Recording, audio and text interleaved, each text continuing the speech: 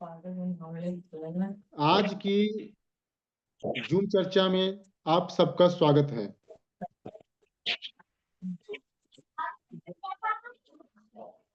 आज शुक्रवार है। हम इस दिन हमारे मार्गदर्शक बजरंग मुनि जी के लिखे गए आलेख पर बात करते हैं, चर्चा करते हैं। आज हमने उनके द्वारा लिखे गए एक आलेख को अपना विषय बनाया है। यह विषय है भावना प्रधान और बुद्धि प्रधान, और इसमें यह दिखाया गया है, यह लिखा गया है कि वर्तमान समाज में यह दोनों तरह के व्यक्ति समाज को कैसे प्रभावित कर रहे हैं। तो चलिए हम इस पर बात करते हैं। हमने इसके लिए कुछ बिंदु तैयार किए हैं और उन्हीं के सहारे हम अपनी चर्चा को अंजाम देंगे। जो पहला बिंदु है वह है भावना प्रधान और बुद्धि प्रधान व्यक्तियों के गुण और अवगुण। पहले तो हमें जानना पड़ेगा कि भावना प्रधान व्यक्ति क्या है और गुण प्रधान और बुद्धि प्रधान व्यक्ति क्या है। देखिए, भावना प्रधान व्यक्ति का मतलब ऐसे व्यक्तियों से है जिनके अंदर भावना अधिक होती है। यहाँ पर भावना अधिक होने का मतलब है जो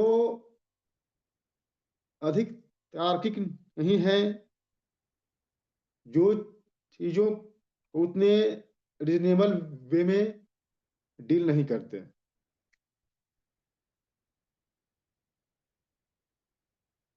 भावना प्रधान का मतलब हम यह भी कह सकते हैं कि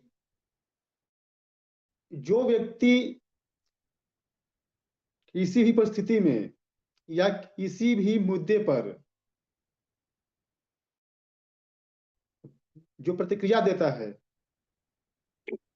वह अपनी भावनाओं के आधार पर देता है, वह परिस्थिति और समय के अनुसार नहीं देता। इसके अलावा एक बात और कह सकते हैं कि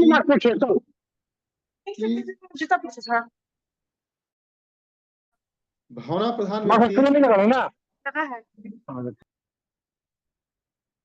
प्रधान व्यक्ति अपने अनुसार नहीं चलते, वह किसी के द्वारा चलाए जाते हैं। कहने का मतलब यह है कि उनको किसी के द्वारा मोटिवेट किया जाता है। इसके ठीक उल्टा जो बुद्धि प्रधान व्यक्ति होते हैं वह बुद्धि से अधिक चलते हैं। वे हर मामले में तार्किक होते हैं,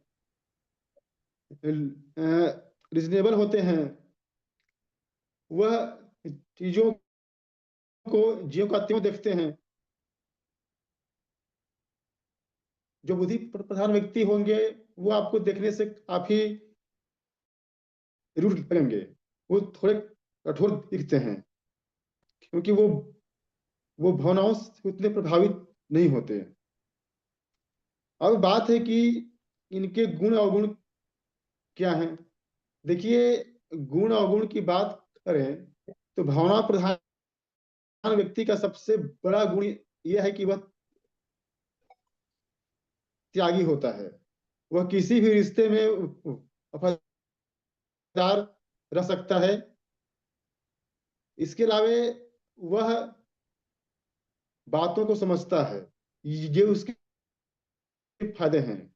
नुकसान है कि ऐसा व्यक्ति अगर किसी से अगर प्रेम करता है तो उतना ही ज्यादा करता है, और जब उससे किसी से नाराजगी होगी उतनी ही अधिक होगी। उसी तरह जो जो बुद्धि प्रधान जो होते हैं वो व्यवहारिक होते हैं। उनमें रिश्तों के प्रति उतना वफादारी नहीं होती। मतलब जो मैं बात बोल रहा हूँ ये सब पे लागू नहीं होता, लेकिन ऐसा देखा गया है कि जो व्यक्ति बुद्धि प्रधान होते हैं वो अधिक स्वार्थी होते हैं और रिश्तों में भी स्वार्थ देखते हैं। तो यह सब अंतर है। अब बात यहाँ पे आती है कि वर्तमान समय में चलो भावना प्रधान व्यक्तियों की बहुलता है। ये बात वर्तमान की ही नहीं है, हाँ यह हर काल देश 100 रुपए का परिस्थिति ये, लेकिन क्या बात किया है, लागू होती 100 रुपए का खुद भी पी दिया लाने के चक्कर में। हाँ लागू होती है। मतलब कहने का मतलब है कि हर समय में भावना प्रधान लोग अधिक होते हैं और बुद्धि प्रधान लोग कम होते हैं। जब भावना का स्तर किसी व्यक्ति में अधिक होता है तब उससे हम शरीफ कहते हैं, और जब किसी व्यक्ति में बुद्धि का स्तर अधिक होता है तो उससे हम धूर्त या चालाक कहते हैं। इस बात को समझिए, भावना भावना और बुद्धि दोनों का संगम चाहिए। अगर किसी में बुद्धि अधिक हो गई, मतलब वो अपनी बुद्धि का इस्तेमाल बहुत अधिक करने लगा, तो जाहिर सी बात है वह धूर्त बन जाएगा। अगर कोई व्यक्ति अपनी भावनाओं को नियंत्रित नहीं कर पाता तो जाहिर सी बात है वो बेवकूफ बन जाएगा। मेरा कहने का मतलब यही है। अब बात आती है कि वर्तमान समय में जब भावना प्रधान व्यक्तियों की बहुलता है तो इससे समाज को नुकसान भी है। लोग किसी के कहने पर बिना किसी बात के, जाति के नाम पर, धर्म के नाम पर या किसी और बात के नाम पर दंगा फसाद करते हैं या गलत कार्य करते हैं। इसी का परिणाम है। जो तीसरा पॉइंट है वह कहता है कि समझदार व्यक्तियों की समाज को जरूरत है। यहां पर यह जानना आवश्यक है कि समझदार व्यक्ति है कौन। हमने बुद्धि प्रधान भावना प्रधान को समझा, हमने शरीफ और धूर्त को समझा। अब हम जानते हैं कि समझदार व्यक्ति क्या है, उसकी क्या विशेषता है। समझदार व्यक्ति का मतलब है जिसके अंदर भावना और बुद्धि का संगम हो, जो व्यक्ति भावनाशील भी हो और बुद्धि प्रधान भी हो। वह किसी भी बात का निर्णय ले लेते वक्त दोनों दोनों बातों का ध्यान रखता है और उसके अनुसार वो कार्य करता है। जैसे मैं आपको एक उदाहरण देता हूं, बहुत ही आम उदाहरण है। मान लिया कि आपके पास एक व्यक्ति आया और उसने किसी तीसरे व्यक्ति की शिकायत आपसे करने लगा, उसकी निंदा करने लगा, और साथ में उसने ये भी बोला कि वो व्यक्ति तुम्हारे बारे में ऐसी ऐसी बातें कर रहा था। अगर कोई बेवकूफ होगा तो जाहिर सी बात है वो जाकर उस व्यक्ति से झगड़ जाएगा। लेकिन जो समझदार होगा वह उस पे कोई रिएक्शन ही नहीं देगा, वह बातों को समझेगा, देखेगा कि हो सकता है कि इसकी बात सही भी हो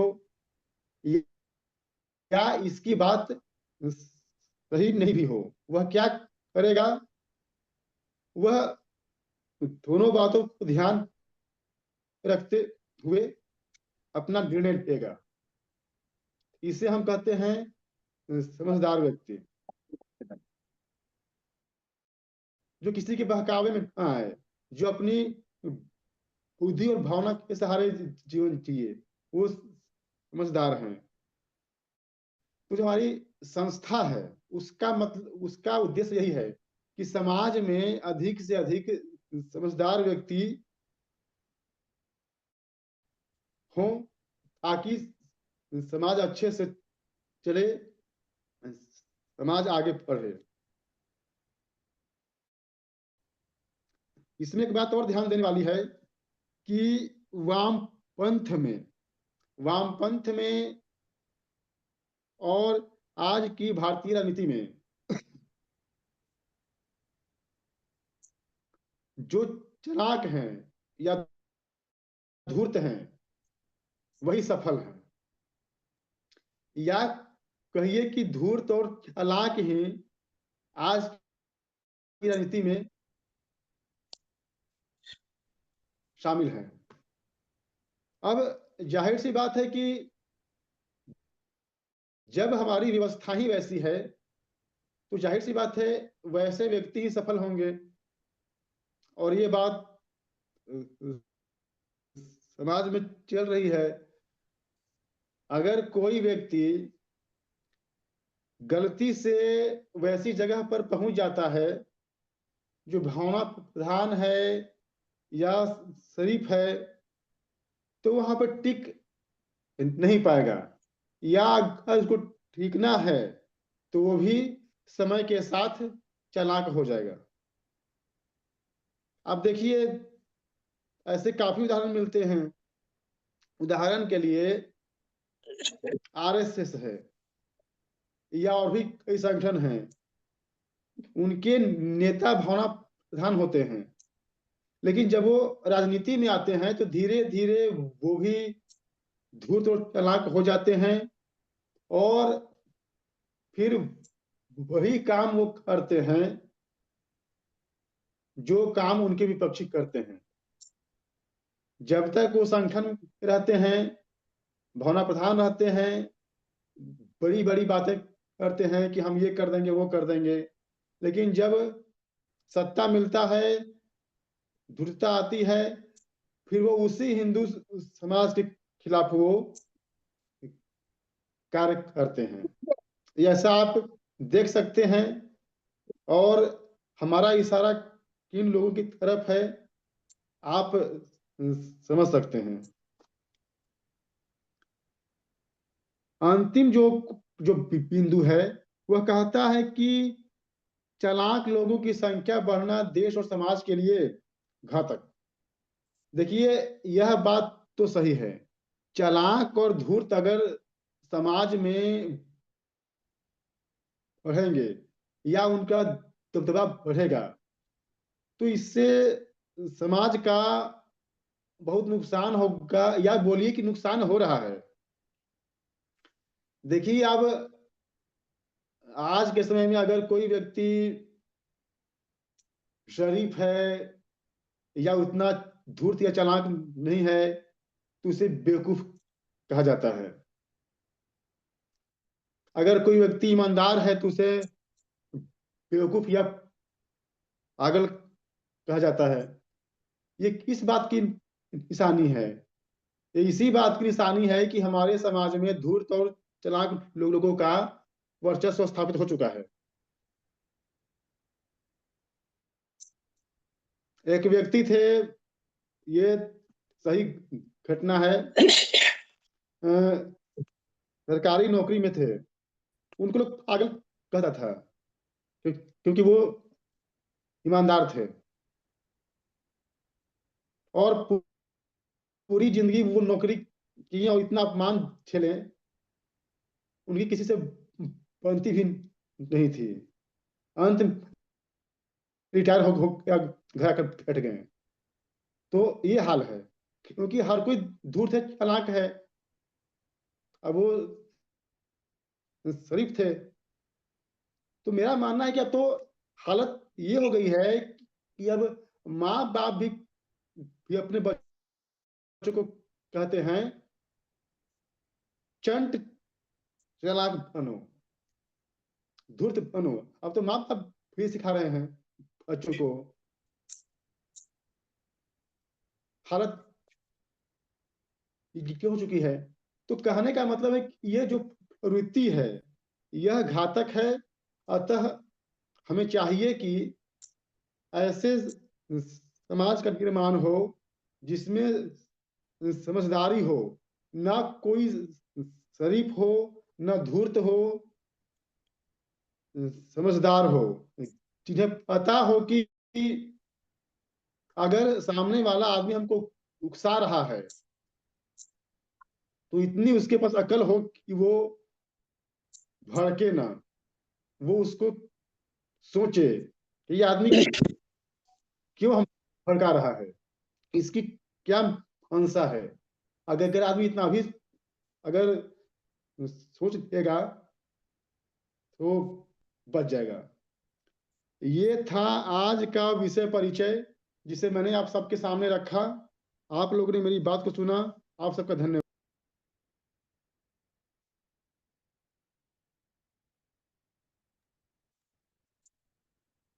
आप सभी बंधुओं को नमस्कार। बताइए। भावना प्रधान और बुद्धि प्रधान व्यक्तियों के गुण और अवगुण। भावना प्रधान व्यक्ति जो होता है वह पेशे से बहुत मजबूत होता है, जिसके अंदर भाव होते हैं। यदि वह अपना कोई पेशा चुन लेता है तो उसे वो बहुत अच्छे से करता है। और बुद्धि प्रधान व्यक्ति जो होते हैं वो किसी पेशे में बंध के ज्यादा दिन तक रह नहीं पाते। वो निरंतर जो है कुछ अलग करने की चाहत रखते हैं और वो करते हैं। समाज में यह व्याप्त है कि भावना प्रधान लोग अच्छे होते हैं और बुद्धि प्रधान लोग अच्छे नहीं होते, जबकि ऐसी बात नहीं। दोनों ही अच्छे होते हैं, लेकिन समाज में इनका उपयोग कैसे हो यह जब समाज जानता है तो चीजें सही रहती। भावना प्रधान लोगों के लिए अगर उनको कोई कुछ बता दे, कुछ समझा दे, तो उनकी बातें समझ में आ जाती हैं, वो ऐसा चलने लगते हैं। ये उनकी अच्छाई है। लेकिन जब समाज में विसंगति हो गई है, भावना प्रधान लोग जो है वो व्यापार करने लगे हैं, तो उनके साथ समस्याएं हो रही। जब आप व्यापार करते हैं तो आपको सिर्फ ये लगता है भावना प्रधान व्यक्ति को कि ये मैंने 10 रुपए में सामान खरीद के ले आया हूँ, और अगर मैं इसको कस्टमर से बता दूं कि ये 12 रुपए में है तो यह झूठ होगा। और वह भी यह भूल जाता है कि 10 रुपए में यह सामान मैंने सिर्फ खरीदा है, इसके पीछे मेरा परिवार है, दुकान का किराया है, सारा जीवन इसी से चलना है, और इस पैसे का अवमूल्यन हो रहा है, इस पैसे को बढ़ाना है। तो मेरी खरीद 12 रुपए हो रही है, 10 रुपए नहीं हो रही। 12 के बाद हमें प्रॉफिट कमाना है, जिससे हमें बिजनेस हमारा दिनों दिन आगे बढ़े। तो यह चीज भावना प्रधान व्यक्ति नहीं समझ पाएगा। लेकिन यदि इसे पेशे में लगा दिया जाए, उसे कमान बना दिया जाए, उसे बैलों की देखभाल किया जाए, उसे डेयरी खोल दिया जाए, वो पशुपालन करे, वो खेती करे, कोई भी पेशा अगर वो चुन ले, सुनार हो जाए, लोहार हो जाए, बढ़ई हो जाए, तो वह अपने पेशे को भावना प्रधान व्यक्ति बहुत गति देती है। वो जो कुछ बनाते हैं बड़े भाव से बनाते हैं। जिस तरह कबीर कपड़ा बुनते थे कि ईश्वर के लिए बुन रहा हूं, ईश्वर ही पहनेंगे, और ईश्वर ही बुन रहा है, तो फिर समाज बहुत अच्छा हो जाएगा। और बुद्धि प्रधान लोगों के लिए उनका द्विज होना आवश्यक कर दिया जाता था कि आपको अपना गुरु बनाना पड़ेगा और गुरु के सानिध्य में आपको परीक्षण अपना कराना पड़ेगा। गुरु आपको अपनी कसौटी पे कसेगा। तो वो क्षत्रिय, वैश्य और ब्राह्मण बनते थे। इस तरीके से भावना प्रधान और बुद्धि प्रधान लोगों को वर्गीकरण करके समाज में एक सुसज्जित बनाया गया था। और समाज इन भावना प्रधान वाले लोगों के सबसे खुशहाल वर्ग था। इन लोगों ने दुनिया को बहुत सुंदर बना दिया था। इन्हें ना तर्क से मतलब था, न देश से मतलब था, न राजा से मतलब था, न धर्म शास्त्रों से मतलब था। ये सिर्फ अपने पेशे को करते थे और अपने परिवार को जब पालते थे। और ये दुनिया के सबसे सुखी इंसान भारत में हुआ करते थे, जिन्हें हम शूद्र कहते हैं। बुद्धि प्रधान व्यक्तियों में बड़ी समस्या है। जो अत्यधिक बुद्धि प्रधान होगा, जो निरपेक्ष हो जाएगा, वह अपने लिए भी चिंतन नहीं कर पाएगा। वह धन से हीन हो जाएगा, वह व्यवसाय से हीन हो जाएगा। तो जो धन को मिट्टी समझने लगेगा, समाज को ही सब कुछ समझेगा, ऐसा व्यक्ति जब समाज को मिलेगा, शूद्र उसे पालन करेगा, क्षत्रिय उसकी रक्षा करेगा, वैश्य उसे भोजन देगा, तो वह समाज के कल्याण के लिए ही रह जाएगा। और ऐसा व्यक्ति किसके लिए नहीं सम्मानीय होगा? हर वर्गों के लिए वह सम्मानीय होगा। वैश्य जो पूरी दुनिया में नित नवे अन्वेषण करके बेचेगा, धन कमाएगा, वह किसके लिए नहीं उपयोगी होगा? क्षत्रिय जो बॉर्डर के लिए जान देगा, वो किसके लिए नहीं सम्मानीय होगा? ये बुद्धि प्रधान लोग, लेकिन इनका द्विज होना जरूरी था। इनके लिए बंधन था कि आपको धर्मशास्त्र पढ़ने पड़ेंगे, आपको वेद पढ़ना पड़ेगा, आपके गुरु के यहाँ आपको परीक्षा देनी पड़ेगी। शूद्र को यह छूट थी, वह जन्म ले और अपने पेशे में रम जाए, राम राम करे, गृहस्थ जीवन जिए, अपनी जिंदगी ठाठ से जिए। उसे न द्विज होना है, न बॉर्डर पे लड़ना है, न धर्म राजनीति समाज के लिए सोचना है। उसे बस अपने पेशे को निखारना है। ये समाज ने समावेश किया था। वर्तमान समय में भावना प्रधान व्यक्तियों की बाहुलता है। नहीं, जब विसंगति हो जाती है तो विसंगति ही दिखाई पड़ती है। भावना प्रधान लोग जब पंडित बने हुए हैं, भावना प्रधान लोग जब क्षत्रिय बने हुए हैं, भावना प्रधान लोग जब वैश्य बने हुए हैं, तो हर जगह वो जो है दिख रहे हैं। अगर वो शूद्र बने और अपने पेशे में रहें, तो वो आज भी अपने जीवन को उत्सर्ग दे सकते हैं। समझदार व्यक्तियों की समाज को जरूरत है। बिल्कुल समझदार व्यक्तियों को समाज की जरूरत है। हम जब कपड़ा खरीदते हैं तो 10 खरीदते हैं, तो उसमें से 2 काम के लायक होते हैं।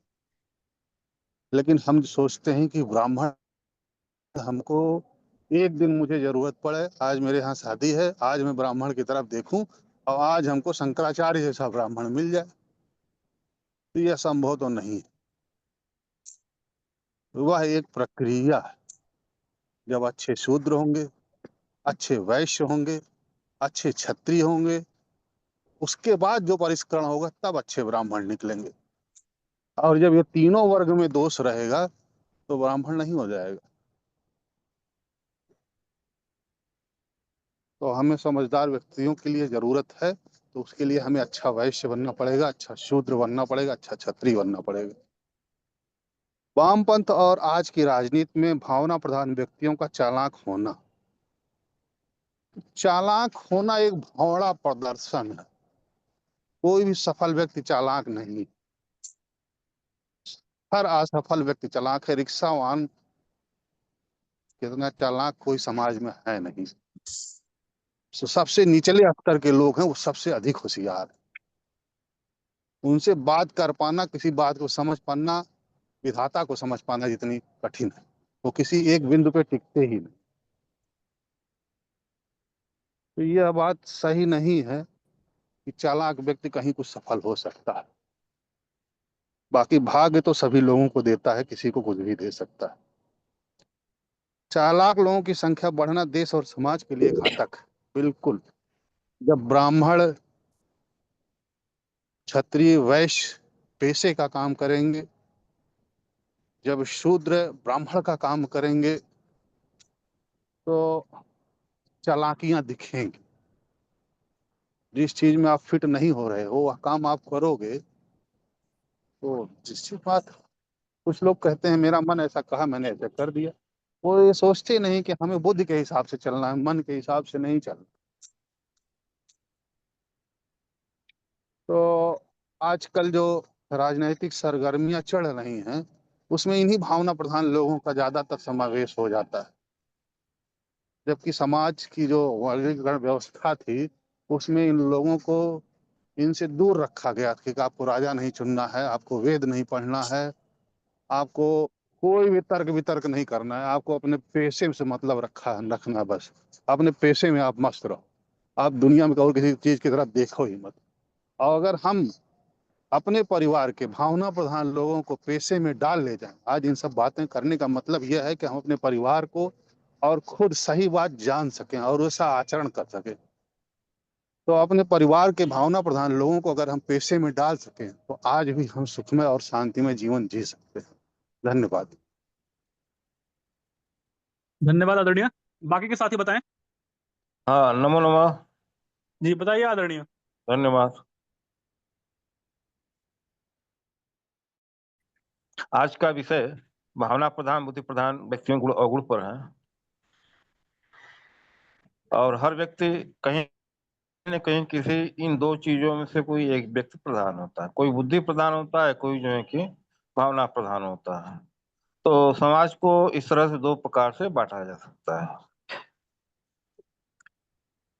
वर्तमान समय में भावना प्रधान व्यक्तियों की तो हमेशा यह है कि बहुलता तो जो है कि भावना प्रधान व्यक्तियों की संभवतः है, लेकिन मैं जहाँ तक देखता हूँ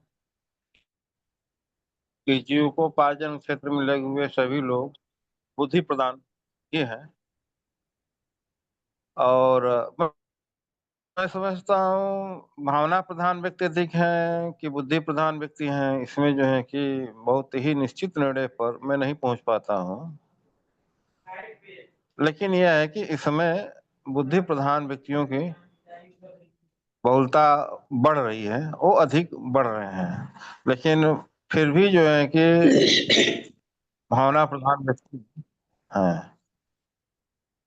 अब रहा कि अब दोनों में गुण अवगुण की बात। मैं समझता हूँ न भावना प्रधान व्यक्ति गलत होता है, न बुद्धि प्रधान व्यक्ति गलत होता है। और दोनों भी गलत होते हैं। यदि भावना कुसंग से और कुप्रेरणा से प्रेरित हो रहा है तो भावना गलत होगी। और वहीं बुद्धि जो है कि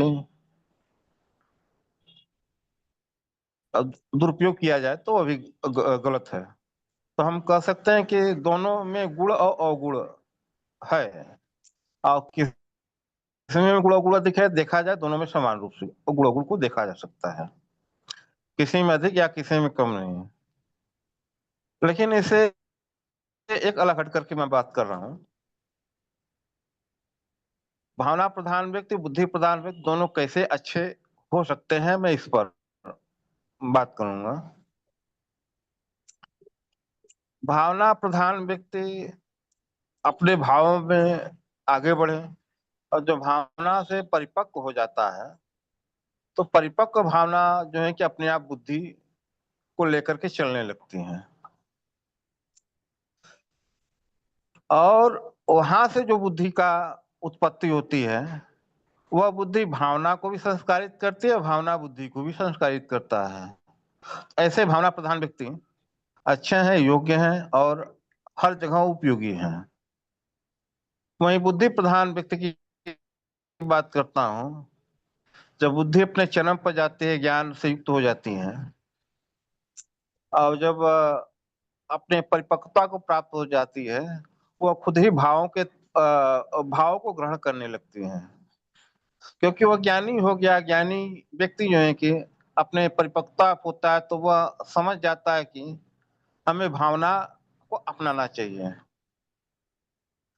और बिना भावना के बल नहीं, बिना बुद्धि की योग्यता नहीं। भावना हर मनुष्य का बल है, बुद्धि ही उसकी योग्यता है, और बिना बल और योग्यता दोनों संयुक्त स्थिति को प्राप्त किए बिना अपने श्रेष्ठ परिणाम को नहीं दे पाएंगे। लेकिन गलत तब होता है जब भावना प्रधान व्यक्ति की भावना विकृत हो जाती है, कुंठित हो जाती है, या भावनाओं में ही रह गया, वो भावनाओं से ऊपर उठ नहीं पाया, तो वह भावना जो है कि प्राय जो है कि कुंठित हो जाती है, जड़ हो जाती है। अंत में मूल बुद्धि की स्थिति में वह प्राप्त कर जाता है। और बुद्धि प्रधान व्यक्ति यदि परिपक्व नहीं हो पाया, वह चालाकी होशियारी में चला गया, वह सिर्फ बुद्धि का इस्तेमाल जो है कि अपनी शक्तियों को बढ़ाने के लिए, अपने जो है कि क्षमताओं को प्रदर्शित करने के लिए ही किया, और भावनाओं से ओतप्रोत नहीं हुआ, वह बुद्धि जो है कि अंत में कुकर्मों की तरफ और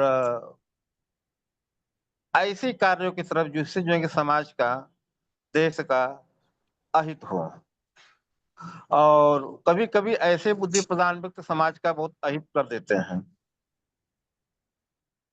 हमें भावना प्रधान, बुद्धि प्रधान दोनों व्यक्तियों में गुण नहीं देखें, या हम समझें कि दोनों अच्छे होते हैं, बस उनकी जो है कि जो गति है, दिशा है, वह सही स्थिति में जाकर के परिपक्व हो, और परिपक्व हो करके जो है कि जब नए स्वरूप में आते हैं, यानी भावना प्रधान जब बुद्धि से युक्त होता है, बुद्धि प्रधान जब भावना से युक्त होता है, दोनों कल्याणकारी होते हैं।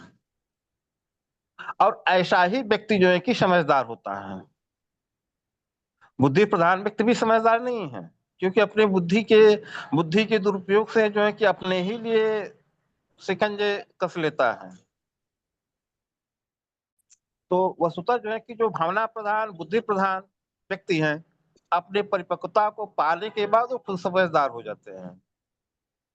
तो ऐसे व्यक्तियों की जरूरत है जो भावना प्रधान भी हो और बुद्धि प्रधान भी हो, उसके साथ साथ समझदार भी हो जाए। वामपंथी आज की राजनीति में भावना प्रधान व्यक्तियों का चालाक होना। अब यह है कि वामपंथी जो है कि देखिए साइकोलॉजिकल रूप से अपना कार्य करते हैं, वो अपने बुद्धिमान से बुद्धिमान व्यक्तियों को भी जो है कि वह प्रेरित कर लेते हैं, और जो है कि कम बुद्धिमान पढ़े लिखे लोगों को प्रेरित करते हैं। ज्यादा बुद्धिमान व्यक्तियों को पद, लालच और उनके स्वार्थों की पूर्ति के द्वारा या उनको इस ढंग से मोटिवेट किया जाता है, और जो भावना प्रधान व्यक्ति है उनको दूसरे तरह से मोटिवेट करते हैं। तो वामपंथी दोनों लोगों का उपयोग करते हैं, लेकिन वे समझदार व्यक्तियों का उपयोग नहीं कर पाते हैं, क्योंकि भावना प्रधान व्यक्ति भी जो है कि समझदार नहीं होता है, न बुद्धि प्रधान व्यक्ति समझदार होता है। भावना प्रधान व्यक्ति जो है कि अपने भावना से जुड़ता है, बुद्धि प्रधान व्यक्ति अपने बुद्धि के गणित से और अपने बुद्धि के जो है कि लाभ से, अपने व्यक्तिगत लाभ से जुड़ जाता है। तो प्राय ऐसे दोनों व्यक्ति गलत हो जाते हैं, जो किसी ऐसे संगठन के प्रभाव में आ जाते हैं जो इन दोनों का उपयोग करता है अपनी तरह अपने ढंग से, गलत व्यक्ति के संगत में या गलत संगठन से या राजनीतिक व्यवस्थाओं से, गलत पार्टियों से जुड़ करके इन दोनों का जो है कि दुरुपयोग लोग करते हैं। अब चालाक लोगों की संख्या बढ़ना देश समाज के लिए घातक है। चालाक भी दो तरह के होते हैं, एक समझदार चालाक होते हैं जो बुद्धि और बुद्धि को भी प्राप्त कर चुके हैं और भावना से भी योग्य, भावना से भी बलवान है और समझदार हो चुके हैं। तो ऐसे चालाक की संख्या बढ़ना चाहिए। चालाक और चतुर होना एक योग्यता की पहचान है। लेकिन एक होते समर चतुर चालाक। समर चतुर चालाक जो छोटी छोटी चीजों को लेकर के अपना जो है कि पक्ष को रखते हैं और उसमें चालाकी करके छोटे छोटे फायदे में जो है कि फंसे रहते हैं या उनकी चालाकी अपने ही उनको फंसा के रख देती है। तो कहने का मतलब है न तो चालाक व्यक्ति गलत होता है, न भावना प्रधान व्यक्ति गलत होता है, न बुद्धि प्रधान व्यक्ति गलत होता है, न समझदार व्यक्ति गलत होता है। चारों व्यक्ति ठीक हैं और चारों व्यक्ति गलत भी हो सकते हैं। हमें अच्छाई और बुराई को जो है कि इन चीजों से हमको नहीं नापना चाहिए। अच्छाई बुराई को समझना है तो जो है कि उनकी उपयुक्ता के आधार पर समझना चाहिए, उनके कार्य के आधार पर समझना चाहिए। हमने इसमें ऐसी कोई बंटवारा नहीं कर सकते हैं। तो सबको अपने अपने भाव से, अपने अपने बुद्धि से आगे बढ़ने की बात है और आगे बढ़ें और वही बुद्धि उनको भावना के प्रति संवेदनशील बनाएगी, वही भावना उनके बुद्धि के प्रति भी जो है कि परिपक्वता देगी। इसलिए सब ठीक है। इसी के साथ में बात समाप्त करता हूँ। धन्यवाद। बाकी के साथी बताएं।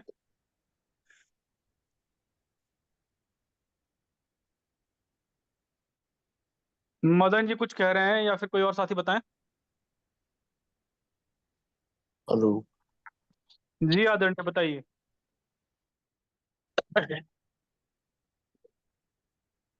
आज की चर्चा में जुड़े हुए सभी साथियों का अभिवादन करते हुए, मुनि जी को नमन करते हुए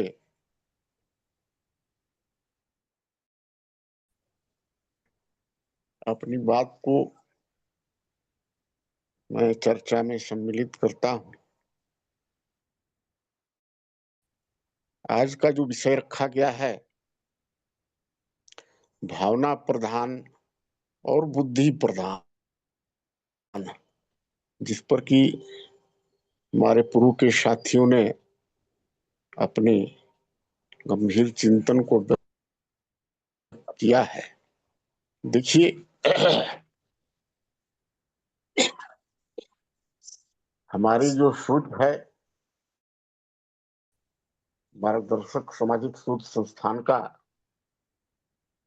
शराफत छोड़िए और समझदार बनिए।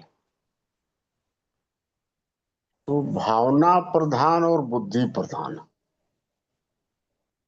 भावना और बुद्धि जो भी आज विश्व में जितने भी व्यक्ति हैं, उन सभी व्यक्तियों में प्रकृति के द्वारा उनके शरीर में एक भावना की शक्ति और एक बुद्धि की शक्ति, प्राकृतिक और ईश्वरीय शक्ति प्रदान की है। और जो प्रकृति के द्वारा ये मनुष्य के अंदर आंतरिक शक्तियों में निहित है, तो जब ईश्वर इस शक्ति को समाहित किया है तो मनुष्य के अंदर यह शुद्ध, सात्विक और बिल्कुल ही शक्ति के इनके अंदर होता है। भावना जो है वो हृदयग्राही है, हार्ट के अंदर, हृदय के अंदर होता है, और बुद्धि जो है वो मस्तिष्क के पास रहता है, मस्तिष्कग्राही है। और दोनों शक्तियां प्रारंभिक रूप में शुद्ध और निश्चल होता है, लेकिन जब ये शक्तियों का विकास होता है, अगर बौद्धिक शक्ति का सकारात्मक रूप में, विकासात्मक रूप में, संरचनात्मक रूप में अगर कार्य होता है तो बहुत महत्वपूर्ण होता है। विश्व के और मानव समाज के लिए कई प्रकार की रचनात्मक कार्य करके शांति, सुख, सुविधा के कई मार्ग प्रशस्त करते हैं। और जो भावना प्रधान व्यक्ति होते हैं, अगर ये अपनी भावना से शांति, प्रेम से अगर इसी रास्ते पर चलते हैं और अपने बौद्धिक क्षमता का भी सहारा लेते हैं कि कहीं हम गलत रास्ते पर भटक तो नहीं रहे हैं, तो वो भी सही मार्ग पर चलते हैं। लेकिन जब भावना प्रधान व्यक्तियों को हम समाज में जब देखते हैं तो भावना प्रधान व्यक्ति लगभग 80%, 90% है, और बुद्धि प्रधान व्यक्ति जो हैं ये 10% ही हैं। लेकिन बुद्धि प्रधान व्यक्ति ही भावना प्रधान व्यक्तियों का मार्गदर्शन भी करते हैं, और भावना प्रधान व्यक्तियों को मार्ग से भटकाने का कार्य भी बुद्धि प्रधान ही करते हैं। लेकिन जब भावना प्रधान व्यक्ति शरीफ होते हैं और बुद्धि प्रधान व्यक्ति जो हैं वो कहीं चालाकी और धूर्तता की ओर आगे बढ़ते हैं, और शरीफ प्रधान व्यक्ति कहीं मूर्खता की ओर आगे बढ़ते हैं, तो फिर ये समाज के लिए और मानवता के लिए एक नकारात्मक और खतरनाक रास्ता जो है उसका मार्गदर्शन प्रशस्त कर देते हैं। जहां तक भावना प्रधान व्यक्ति होते हैं वो ईमानदार होते हैं, धर्म प्रधान होते हैं,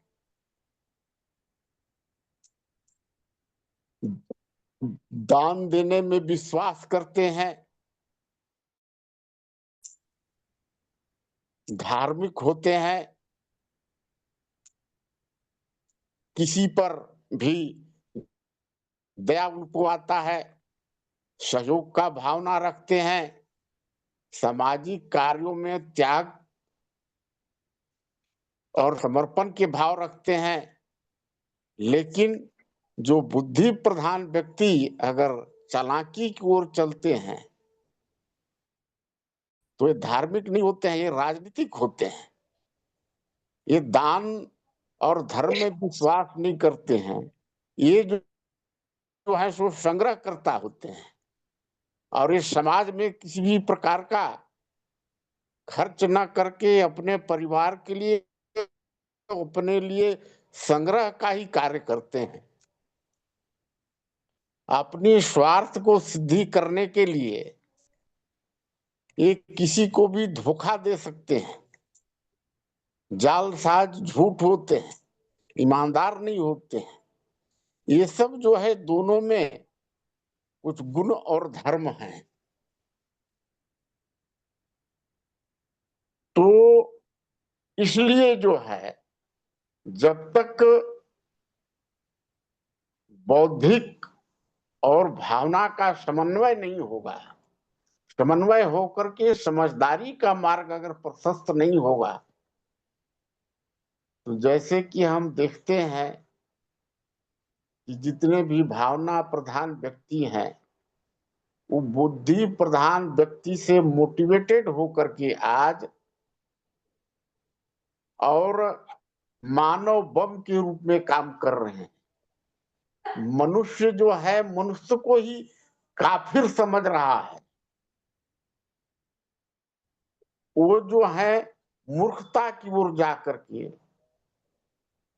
और जो परंपरागत मूर्खता होता है जिसमें कि रूढ़ होते हैं, उस पर विश्वास कर लेते हैं। जो भी बुद्धि प्रधान व्यक्ति, चालाक व्यक्ति उनको मोटिवेट करता है, तो अपनी जान देने के लिए और किसी की जान लेने के लिए जो है आज की स्थिति में हम देख रहे हैं कि ऐसे व्यक्ति समाज में निर्माण हो रहे हैं, चाहे वह नक्सल के रूप में हो, चाहे वह आतंकवादी के रूप में। ये सारे भावना प्रधान ही व्यक्ति हैं। इनको संचालित कौन कर रहे हैं? बुद्धि प्रधान व्यक्ति। तो ये मूर्ख है और वो जो है सुखी धूर्त है। वो अपनी सुख सुविधा और स्वार्थ को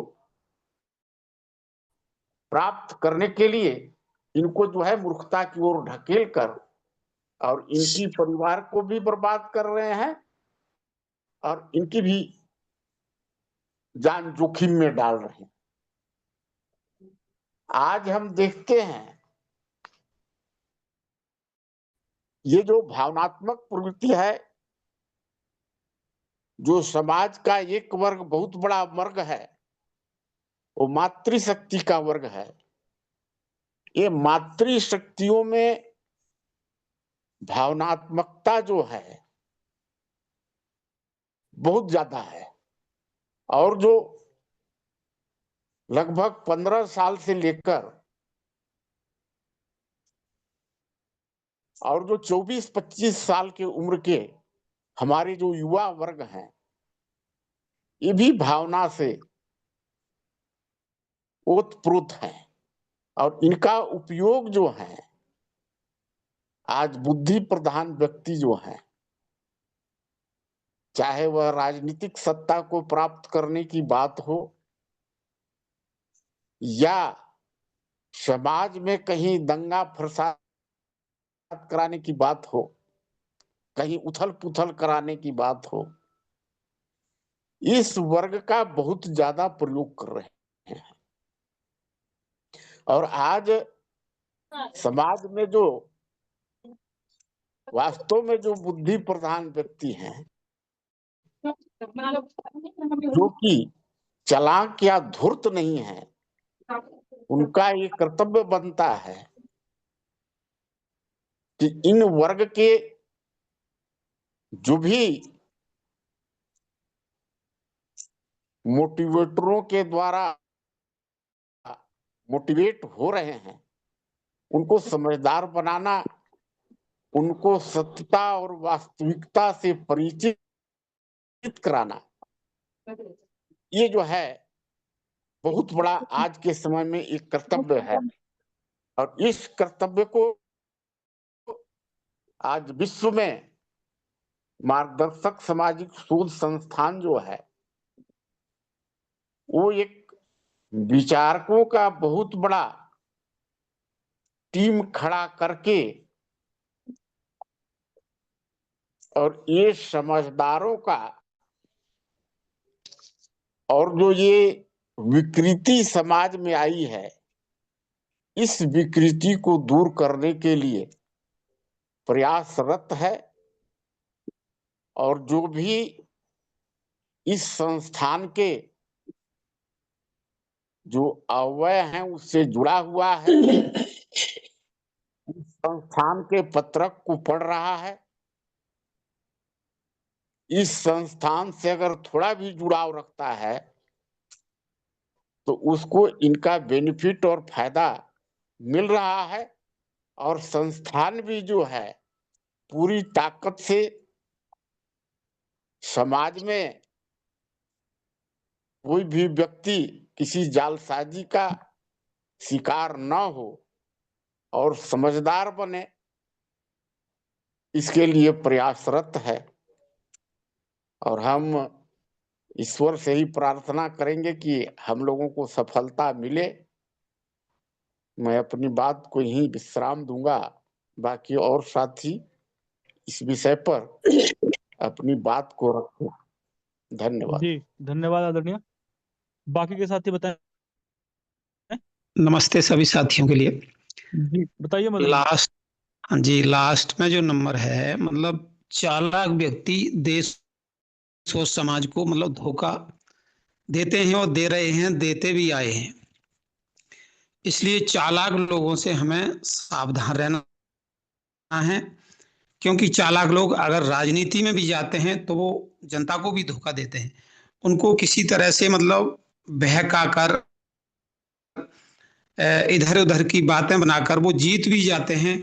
तो वो क्या करते हैं नेता, मतलब वो अपना ही उल्लू सीधा करते हैं, ना वो समाज को देखते हैं, ना देश को देखते हैं, ना धर्म को देखते हैं, ना संस्कृति को देखते हैं।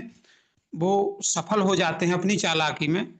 कई नेताओं को मैंने देखा है अपने उत्तर प्रदेश में, दूसरे राज्यों में भी, लेकिन जनता उन्हें समझ लेती है उनके कार्यकलापों को, फिर उन्हें दोबारा चांस नहीं देती।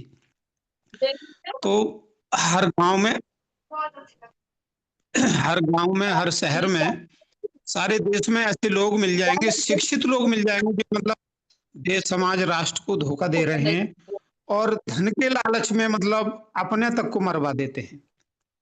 ऐसे ऐसे मतलब धूर्त लोग हैं जो मतलब धर्म ईमान को नहीं देखते। किसकी आवाज आ रही है भैया? अपना माइक बंद करो। तो इस तरह से हमें चालाक लोगों से मतलब सतर्क रहना है हर पल हर क्षण, चाहे हम गांव में रहें, शहर में रहें, चाहे संगठन का कार्य करें, जहां भी जाएं, लेकिन चालाक धूर्तों से सावधान हमें रहना है।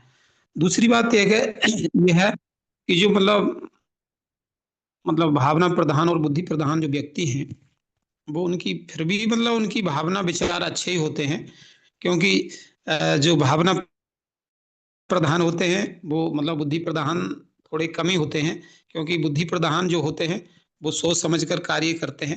हालांकि जिनकी अच्छी भावनाएं होती हैं उनके विचार भी अच्छे होते हैं। तो हमें मतलब एक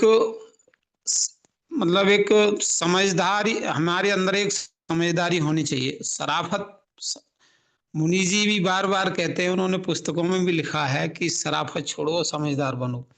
ये जो है सबसे मतलब एक प्रकार से मतलब एक गंभीर पॉइंट है। इस पर हमें विचार करना चाहिए, क्योंकि शराफत क्या है और समझदारी क्या है। देखिए, समझदार व्यक्ति न किसी को धोखा देता है और न स्वयं धोखा खाता है। शराफत में हम धोखा भी खा जाते हैं, दूसरे व्यक्ति मतलब दूसरों से धोखा खा जाते हैं, दूसरों को दें या ना दें। इसलिए हमें शराफत छोड़ देनी चाहिए और हमें समझदारी की तरफ अग्रसर होना चाहिए। अगर हम समझदार होंगे, समझदारी हमारे अंदर होगी, तभी हम समाज को आगे ले जा सकते हैं और अपनी भी हानि हम नहीं पहुंचा सकते और दूसरे की भी हानि नहीं पहुंचा सकते, क्योंकि समझदार व्यक्ति कभी दूसरे का अहित नहीं चाहता है। मेन बात तो ये है। और जो दूसरे का अहित चाहता है वो कभी समझदार नहीं हो सकता।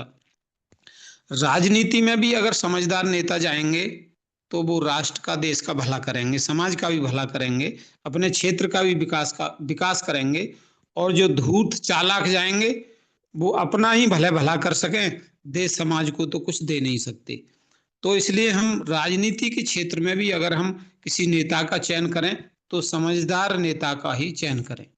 अगर हम समझदार व्यक्ति को सपोर्ट करते हैं, चयन करते हैं, उसको वोट देते हैं, जिताते हैं, संसद और विधानसभाओं में पहुंचाते हैं, तो निश्चित रूप से समझदार व्यक्ति जो है वो देश, समाज, राष्ट्र का कल्याण करेगा। ओम शांति, जय भारत माता की। बस इतना ही बोलूंगा। जी धन्यवाद। बाकी के साथी बताएं।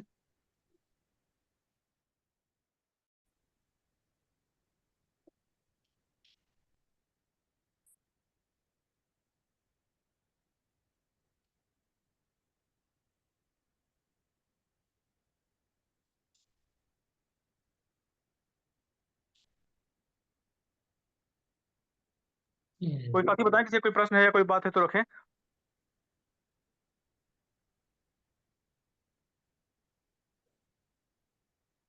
कि मैं थोड़ा सा इस विषय पे बोलूंगा। देखिए, मुझे लगता है एक तो जब हम भावना प्रधान और बुद्धि प्रधान लोगों की बात करते हैं तो इनका जो प्रतिशत है दुनिया में वो यही है, लगभग 90%, 10%, आप 95, 5 मान लीजिए, या लगभग लगभग आसपास मान लीजिए। और उसका कारण जो देखेंगे, पूरी व्यवस्था सृष्टि के आरंभ से अब तक जो व्यवस्था रही है, वो व्यवस्था दो ही प्रकार के लोगों पर चलती है, एक श्रमजीवी है, एक बुद्धिजीवी है। तो जो बुद्धिजीवी हैं वो लगातार बढ़ते चले जाते हैं, और देखा जाता है कि दो बुद्धिजीवियों की जो संतानें होती हैं वो भी कहीं ना कहीं उसका लाभ उठा लेती हैं। लेकिन पूरी व्यवस्था ऐसी बनी है कि कहीं ना कहीं आपको श्रम की आवश्यकता पड़ेगी ही, और जहाँ श्रम बढ़ता है वहाँ श्रमजीवी लोग जो है ज्यादातर भावना प्रधान दिखाई देते हैं, क्योंकि वो बौद्धिक क्षमता में उतना प्रसार नहीं कर पाते हैं। ये उनके कार्य क्षेत्र के कारण हो सकता है, या जो भी चीज हो। लेकिन दुनिया इसी व्यवस्था से चल रही है। अगर हम मनुष्य के शरीर को ही देखें तो मनुष्य का शरीर दो भागों में बटा हुआ है। एक तो उसका सॉफ्टवेयर है और एक उसका हार्डवेयर है, और काम इन्हीं से लेना है। यदि आप सबको बुद्धि प्रधान बनाने का प्रयास करें भी, मान लीजिए कि आप सबको पढ़ा लिखा करके बहुत अधिक तार्किक बना भी देते हैं, तो भी जब वो व्यक्ति समाज में जाता है, नौकरी में जाता है, प्रतिस्पर्धा में जाता है, तो वहां देखता है कि सीटें तो कुछ ही लोगों के लिए आरक्षित होती हैं, या फिर उस व्यवस्था में 2, 4, 5% लोग ही ऐसे हैं जो श्रम को छोड़ करके बुद्धिजीवी का काम कर सकते हैं। तो बहुत पढ़ा लिखा समझदार व्यक्ति भी जो है, अगर वो श्रम के क्षेत्र में जाता है, तो धीरे धीरे उसका आप देखेंगे, उसका जो बौद्धिक स्तर है वो धीरे धीरे जो है बिना तर्क के, बिना विचार मंथन के जो है कम होने लगता है, या उसकी जो आने वाली पीढ़ियां होती हैं उन पर उसका प्रभाव पड़ता है, दिखाई देता है। इसी प्रकार से जो लोग बुद्धि के क्षेत्र में पड़ गए, उनके आने वाली पीढ़ियों में भी दिखाई देगा आपको कि उसका प्रभाव स्पष्ट रूप से दिखाई देता है। तो जो हम लोग कहते हैं कि विरासत में कुछ मिलता है हम लोगों को, वास्तव में इस बात में हम लोग इनकार नहीं कर सकते कि मनुष्य बहुत कुछ अपने पिछले जन्म से या विरासत से लेकर के भी आता है। अलग अलग व्यक्तियों की चेतना का स्तर अलग अलग, उनकी प्रज्ञा अलग होती है, तार्किकता जो है अलग अलग होती है। लेकिन इसमें व्यवस्था का बहुत प्रभाव है कि व्यवस्था व्यक्ति को धूर्तता की तरफ ले जाएगी, या फिर व्यवस्था जो है व्यक्ति को जो है समझदार बनाएगी, या तो मूर्ख बना देगी। इन तीनों में व्यवस्था का प्रभाव अधिक है, लेकिन संतुलन लगभग लगभग यही बना रहता है। आदर्श स्थिति वही है जहां महात्मा गांधी ने कहा कि मजदूर महाजन की बात की जाए। एक वर्ग ऐसा है, तो बुद्धिजीवी वर्ग है, वह भावना प्रधान लोगों का शोषण ना करे, वो उनके विरुद्ध नीतियां ना बनाए, वो श्रम का शोषण ना करे। वो बुद्धि प्रधान है तो उसका नियम ये है, उसका धर्म ये है कि वो उन लोगों के लिए सहयोग करे, या उनके लिए भी ठीक नीतियां बनाए। लेकिन दिखाई ये देता है कि हम जिस युग में रह रहे हैं वो युग तो पूरी तरह से अर्थ युग है, भौतिक युग है।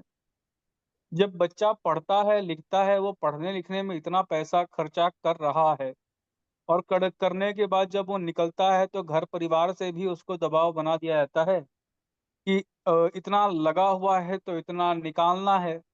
तब उसके दिमाग में वो बुद्धि तो आ जाती है उसके पास, लेकिन फिर ये रहता है कि अब इतना जो है इतना लगाया है तो इतना निकालना भी है, और वहां से जो है उसकी धूर्तता स्टार्ट हो जाती है। अर्थात इसमें व्यवस्था का बहुत बड़ा रोल है, और इसमें अगर सही व्यक्ति कोई निकल भी जाए तो उस व्यवस्था में वो टिक नहीं पाएगा। यानी कोई समझदार व्यक्ति है, वो आगे बढ़ना चाहे तो समझदार व्यक्ति जो है आगे नहीं बढ़ पाते हैं, क्योंकि व्यवस्था पूरी तरह से धूर्तों के लिए है, और धूर्त सारे के सारे संगठनात्मक होते हैं। और भावना प्रधान जितने भी होंगे वो भावना प्रधान को ठग लेते हैं या उन्हें बहका ले जाते हैं। क्योंकि भावना प्रधान लोगों के पास अपनी बुद्धि नहीं होती है, उनके जैसा दिमाग में डाल दिया जाता है या उन्हें मीठा-मीठा बता दिया जाता है कि सारी नीतियाँ तो आपके हित में बनाई जा रही हैं, तो वो उसी को जो है स्वीकार कर लेते हैं। या फिर आप देखेंगे कि एक दुनिया भर में जो संगठन है, चाहे इस्लामिक संगठन हो या अन्य मतपंथ संप्रदायों में जो बने हुए संगठन हैं, वहाँ संगठनों में ज़्यादातर लोग जो है भावना प्रधान होते हैं, उन्हें कोई भी आता है हिंसा के भड़का देता है। एक छोटी-सी बात के लिए भी जो है वो तुरंत हिंसा करने के लिए तैयार हो जाते हैं, क्योंकि वहाँ तर्क का कोई स्थान नहीं है। तो बुद्धि प्रधान लोग जो है वह भावना प्रधान लोगों का लाभ उठाते हैं और कहीं भी प्रत्यक्ष रूप से बुद्धि प्रधान लोग स्वयं हिंसा में सम्मिलित नहीं होते हैं। वो दूसरों से हिंसा करवाएँगे, दूसरों का लाभ उठाएँगे, लेकिन कहीं भी आपको दिखाई नहीं कि प्रत्यक्ष रूप से वो अपना नुकसान करेंगे, सारी नीतियाँ अपने ही हित के लिए बनाते हैं। अब यहाँ प्रश्न ये खड़ा हो जाता है आखिर इस समस्या का समाधान क्या है? क्योंकि ये दोनों तो रहेंगे ही रहेंगे। आप सारे भावना प्रधान लोगों को बुद्धि प्रधान बना नहीं सकते हैं और बुद्धि प्रधान सारे ठीक हो जाएँ ऐसी गारंटी ली नहीं जा सकती है। भावना प्रधान नीति बना नहीं सकता है और जो नीति बना रहा है उसकी नीयत ठीक नहीं है। तब इस परिस्थिति में क्या समाधान निकाला जाए? तो जो पवनजय जी ने जो बात कही थी कि वर्ण व्यवस्था हमारे यहाँ थी, वो वर्ण व्यवस्था यही है कि नीति का निर्माण करने वाला एक इकाई होगी, लेकिन जिसके पास नीति का आप निर्माण देते हैं, उसी को आप शक्ति भी दे देते हैं, उसी को आप अर्थ भी दे देंगे और सब कुछ उसी को दे देंगे, तो वो धूर्त हो जाएगा या उस पर नियंत्रण करने वाली कोई इकाई नहीं रह जाएगी। इस परिस्थिति में हमारी जो वर्णाश्रम व्यवस्था है, जहाँ एक को जो है अगर एक बुद्धि प्रधान है, तो दूसरा अर्थ प्रधान है और तीसरा शक्ति प्रधान है और चौथा श्रम प्रधान है। हमारे यहाँ चारों को एक साथ नहीं रखा गया। लेकिन इसमें से जब बुद्धि प्रधान, अर्थ प्रधान और शक्ति प्रधान ये तीनों एकजुट हो गए, एक ही स्थान पर इकट्ठा हो गए, तो जो श्रम प्रधान है या जिसके पास केवल श्रम है, वो अपना शोषण रोक ही नहीं पाएगा क्योंकि उसके पास कोई ऐसा हथियार ही नहीं है इन तीनों के विरुद्ध। तो व्यवस्था ऐसी बने जहाँ पर ये तीनों अलग-अलग रह सकें और श्रम तो हमेशा अलग रहता ही है, श्रम कभी इनके साथ नहीं जुड़ता है। तो जहाँ पर बुद्धि प्रधान, अर्थ प्रधान और ये और शक्ति प्रधान ये तीनों अलग-अलग हो गए, वहाँ पर जो है श्रम प्रधान जो है यानी भावना प्रधान लोग जो हैं, वो भी मजबूत होते चले जाएँगे। कुछ व्यवस्थाओं के कारण भावना प्रधान बनते हैं, जैसे आप देखेंगे यहाँ गढ़वाल में चले जाएँगे या उत्तराखंड में चले जाएँगे, यहाँ पर महिलाओं पे माता बहुत आती हैं। क्यों आती हैं? क्योंकि कई बार परिवार की परिस्थितियाँ ऐसी हो जाती हैं, पीड़ा हो जाती है, टॉर्चर हो जाता है, आदमी उसको फ्रस्ट्रेशन को निकालने के लिए भी उस तरह का करना शुरू कर देता है, वो हिस्टीरिया का भी शिकार हो जाता है। तो या फिर आप देखेंगे कि जो लोग मंदिरों में चले जाते हैं या जगराते में चले जाते हैं या जो भी सत्संग वगैरह होते हैं, वो क्यों चले जाते हैं? वहाँ वो भावना प्रधान लोग होते हैं, उनको जाकर के वहाँ सुकून मिलता है, शांति मिलती है। घर में कई बार होता है कि माहौल खराब रहता है या ठीक नहीं है, तो वहाँ पर वो भावना प्रधान है, आप लोग देखेंगे बैठे-बैठे वो लोग वहाँ पर रोने लग जाते हैं क्योंकि उनकी भावनाएँ इतनी जुड़ जाती हैं उसके साथ कि वो जो कुछ सुन रहे होते हैं, उसी को वो लोग सत्य मान लेते हैं, वहाँ वो तर्क-वितर्क नहीं करते। तो समाज में उनकी भी भूमिका है, उनकी भी आवश्यकता है क्योंकि वो लोग त्याग प्रधान होते हैं, ईमानदार होते हैं, वो निश्छल होते हैं और वही लोग आप देखेंगे समाज में जो है अपने कर्तव्य का भी पालन करते हैं। बुद्धि प्रधान लोग केवल अधिकारों की बात करेंगे, कर्तव्यों को छोड़ देते हैं। तो बुद्धि प्रधान को कैसे समझदार बनाया जाए? मेरे हिसाब से यह कार्य जो है, एक तरफ से कठिन है और एक तरफ से सरल है। सरल इस तरह से है क्योंकि वो बुद्धि तो उसके पास है, उसे समझदारी तक ले जाना है और कठिन इसलिए है कि बुद्धि उसके पास है और वो धूर्त है, धूर्त की नीयत कैसे बदली जाए? और श्रम प्रधान जो है, जो व्यक्ति भावना प्रधान है, मुझे लगता है कि भावना प्रधान को समझदार बनाना बहुत कठिन काम है। क्योंकि उसकी इतनी क्षमता नहीं है, लेकिन अगर वो बन जाता है किसी तरह से, तो उसकी नीयत अच्छी है। तो भावना प्रधान की नीयत अच्छी है, उसको समझदार बनाना है और जो बुद्धि प्रधान है, बुद्धि तो उसके पास पहले से है, समझदारी पहले से है, उसकी केवल नीयत को ठीक करना है। तो दोनों तरह से एक एडवांटेज दिखता है, एक डिसएडवांटेज दिखता है। इसके बीच में कैसे संतुलन बनाएँ, यही व्यवस्था होनी चाहिए। मैंने अपनी बात रख दी है, बाकी के साथी बताएँ? नहीं तो बाबा जी चाहें तो बाबा जी अपनी बात रख सकते हैं।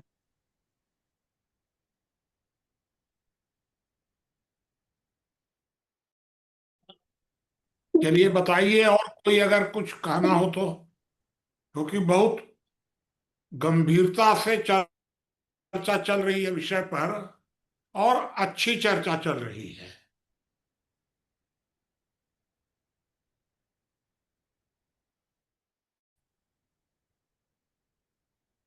देखिए, विषय करीब करीब क्लियर हुआ है।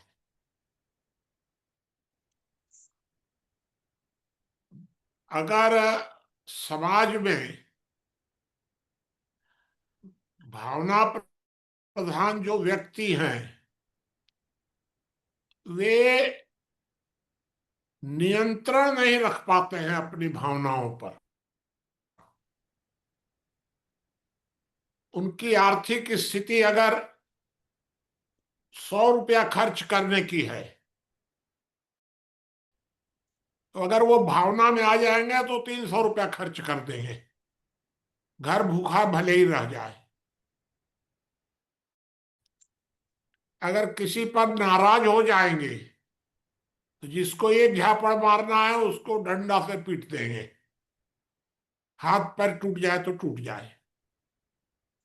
तो जो भावना प्रधान लोग हैं वे सही समय पर सही निर्णय नहीं कर पाते हैं। त्याग करेंगे तो बहुत कर देंगे। इसलिए लेकिन भावना प्रधान लोग ही त्याग कर पाते हैं। अगर कहीं जान देना हो तो भावना प्रधान ही जान देने के लिए आगे आएंगे। भगत सिंह, चंद्रशेखर आजाद, ये सब भावना प्रधान लोग थे। बुद्धि प्रधान लोग तो नेतागिरी कर रहे थे। नेहरू, अंबेडकर, सावरकर या और जितने लोग थे सब नेतागिरी कर रहे थे। कोई ये सब बुद्धि प्रधान लोग थे, कोई भावना प्रधान नहीं। तो भावना प्रधान लोग ही जान देने के लिए आगे आए थे। स्वतंत्रता के समय भी, आज भी भावना प्रधान ही लोग त्याग के लिए आगे आते हैं। लेकिन एक दिक्कत यह है कि वे सही समय पर सही निर्णय नहीं ले पाते हैं। ये बात भी सही है कि भावना प्रधान लोगों की संख्या समाज में 90% होती है। और एक बात मेरा अपना जो जीवन भर का अनुभव है, वो अनुभव ये कहता है कि भावनाओं को आप आक्रमण करके, भावनाओं पर चोट करके आप उसको समझदार नहीं बना सकते हैं। क्योंकि जहां उसकी भावनाओं को चोट लगेगी वो आपके विरुद्ध हो जाएगा। मैं आर्य समाज से जुड़ा हुआ हूं और मेरा ये अनुभव है कि आर्य समाज ने यही गलती की।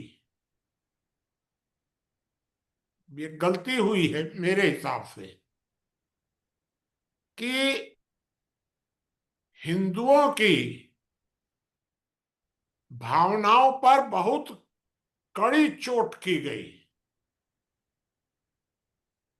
और उस चोट करने के कारण एक टकराव पैदा हो गया आपस में। आज से हमको याद है कि करीब 60-70 साल पहले जब मैं छोटा था, आर्य समाज के कार्यक्रमों में बहुत भीड़ भीड़ होती थी, हिंदुओं की होती थी।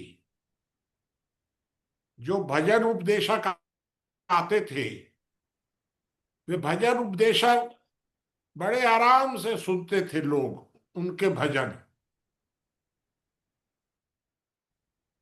अब नहीं आते हैं। तो आखिर कहीं ना कहीं गलती तो हुई है क्या वर्तमान समय में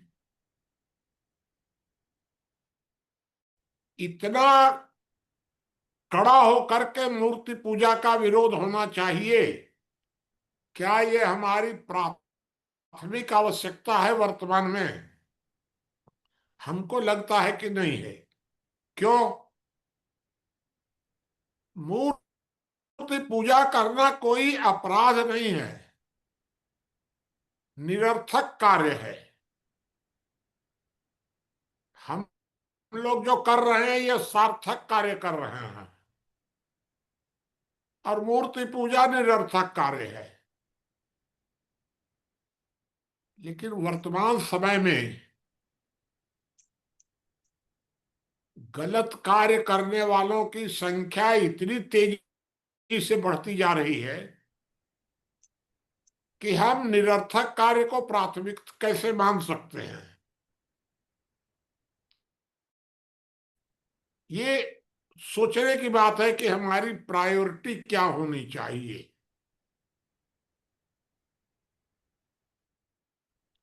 मैंने अपना अनुभव देखा है। हम लोगों ने एक प्रणाली बनाई समझदारी के लिए, एक सिस्टम बनाया कि यज्ञ और चर्चा दोनों को एक साथ जोड़कर रखा जाए। यही तो आर्य समाज ने किया था। ये मैं तो आर्य समाज से ही सीखा हूं। यज्ञ और चर्चा। अब दिक्कत ये आ गई कि अभी हम लोगों ने दिल्ली में एक कार्यक्रम रखा था, मुझे बुलाया गया था। वहां एक कार्यक्रम था, तो हम लोगों ने तो अपने सिस्टम से रखा था कि भाई यज्ञ रखिएगा और चर्चा रखिएगा। यज्ञ करते समय 10-15 लोग बैठे, अधिकांश महिलाएं थी उसमें। और जो 10-15 लोग बैठे उसमें तर्क वाले बहुत कम आए, वो सब बाद में आए। यज्ञ जब पूरा हुआ तो वो यज्ञ करने वाले उठ उठ के चले गए सब। तो कहाँ संतुलन होगा फिर इसमें? अगर यज्ञ करने वाला अलग ग्रुप होगा और चर्चा करने वाला अलग ग्रुप होगा। हम लोगों का उद्देश्य तो ये है कि व्यक्ति चर्चा के द्वारा, तर्क के द्वारा उसमें समझदारी आवे। लेकिन समझदारी के लिए श्रद्धा और तर्क, इन दोनों का संतुलन होना चाहिए। और आम तौर पर लोगों के अंदर श्रद्धा भरी हुई है 90% अभी, तर्क के मामले में बहुत कमजोर हैं। इसलिए हम लोगों ने मात्रा बनाई कि आप अगर 10 मिनट यज्ञ करते हैं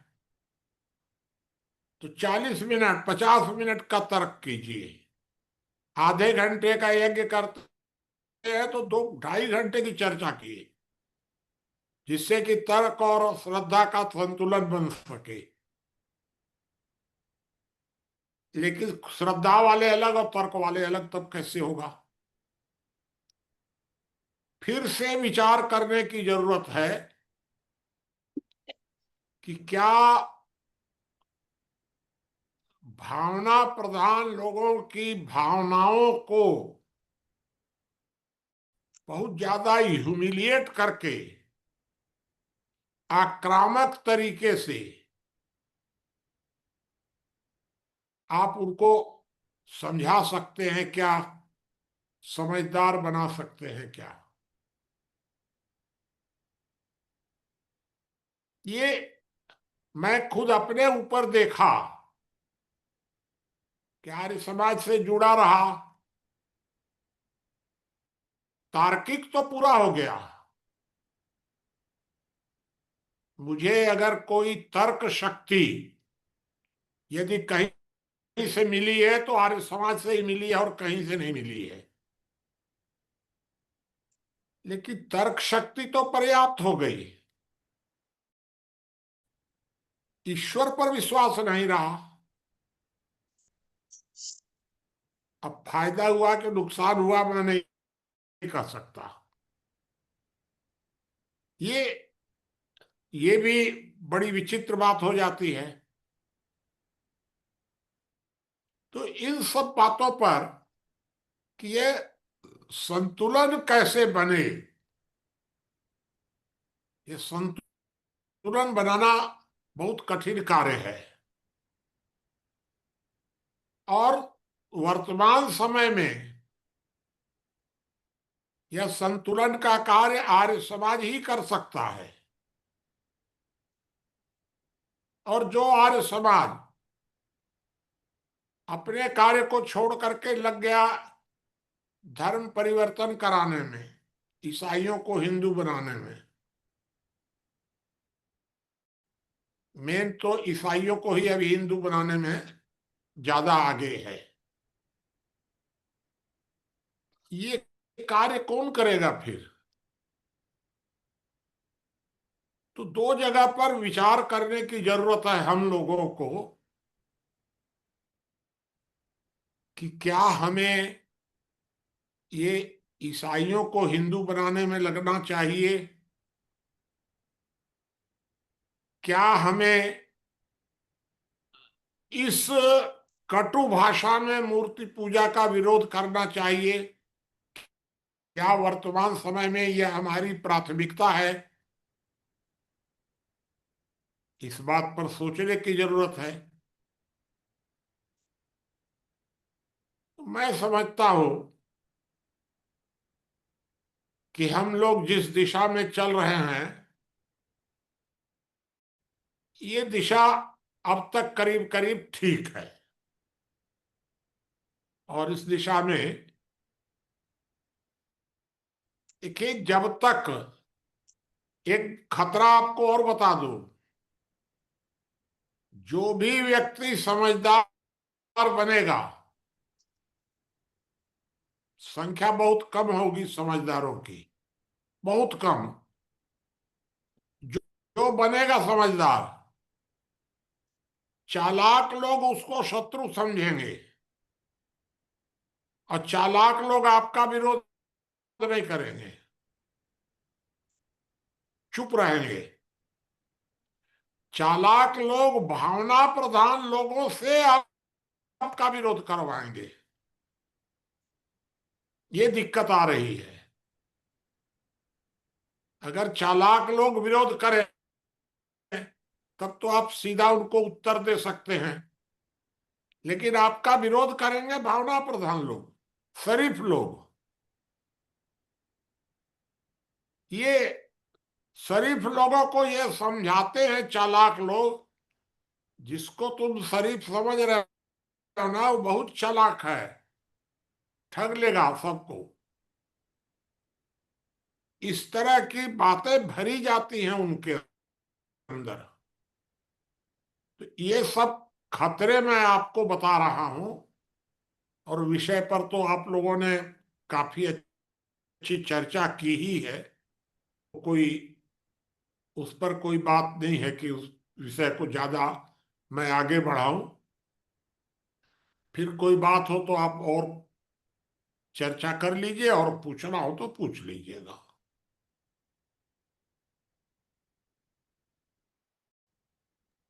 कोई साथी बताएं, किसी का कोई प्रश्न है या बात है तो।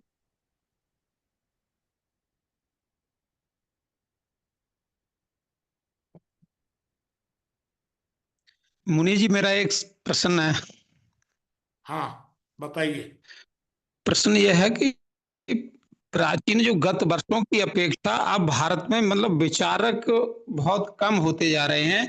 इस विषय पर हमारा तुम्हारा तो खैर विचार मंथन वर्षों से चल रहा है, लेकिन मतलब जब अंग्रेजों का शासन था उस समय कवियों की भी भरमार थी, विचारकों की बहुत भरमार थी भारत में, लेकिन अब तब से धीरे धीरे अब समापनता होता जा रहा है भारत में, ना के ये ना बताइए हमको कि आर्य समाज का जो यज्ञ होता है रविवार को, किस यज्ञ में जी विचार मंथन होता है? कहीं नहीं होता विचार मंथन। तो होता ही नहीं है, तो फिर क्या, कहाँ से बदलेगा? जी जब विचार मंथन होता ही नहीं है, विचार जी प्रचार होता है। जी पुराने जमाने में अलग होता था, अब क्या होता है वहां पर? दयानंद की जय पुकारा करेंगे, वही गीत। जी जी पुराने गीत वही चलते हैं। इस प्रकार के अगर आप खाली प्रचार, विचार जी मंथन नहीं हो रहा है, क्योंकि विचार मंथन के लिए तर्क की जरूरत पड़ती है। जी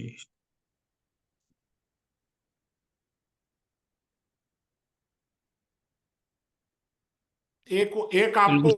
उदाहरण दे दूं मैं। जी बचपन में मैंने सोचा कि बड़ी अच्छी लाइब्रेरी खोलेंगे, अच्छे जी अच्छा साहित्य रखेंगे लाइब्रेरी में। जी खोल दी मैंने, जी बड़े अच्छे अच्छे धर्म ग्रंथ मंगाए, सब किया। जी कोई पढ़ने वाला नहीं आया जल्दी, और सारी किताबें चली गई।